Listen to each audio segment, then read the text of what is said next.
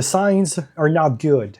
Canada's manufacturers are falling one after the other. Yesterday, steelmaker Algoma announced 1,000 layoffs in Northern Ontario. That's 40% of their workforce hitting their Sault Ste. Marie steel plant. Trump's tariff on Canadian steel, now 50%, are finally speaking louder than our tax money. So you see, back in September, Algoma ended up receiving a $500 million help from Ottawa and Ontario both. This loan was supposed to help stabilize the company in these difficult times. However, Canada's poor market conditions combined with those tariffs are proving too much to handle. And even with a weak Canadian dollar that should help exportation, those tariffs are now annihilating any exchange rate advantages. As if this wasn't enough, last week potash giant Nutrien also chose United States over Canada. The Saskatchewan-based company announced a $1 billion investment for its new export terminal in Washington state instead of British Columbia.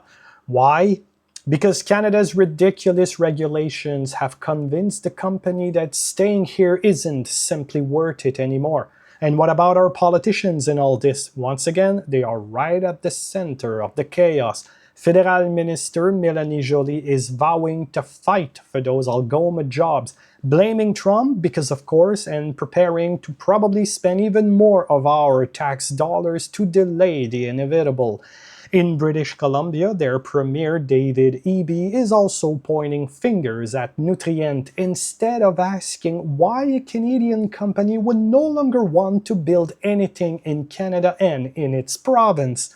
So all of this is revealing some serious problems. Number one, our tax money can no longer prevent companies from collapsing.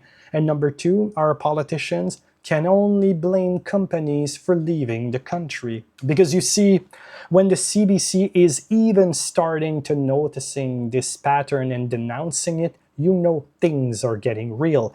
But you see, this prime minister of ours ended up being elected to sit down with Trump and to resolve those tariffs. Instead, we ended up getting an who cares at the end of the G20 summit last week with zero update on how the US relation is going. Who cares, Mr. Prime Minister? Perhaps those 1,000 workers whose life just collapsed a mere month before Christmas.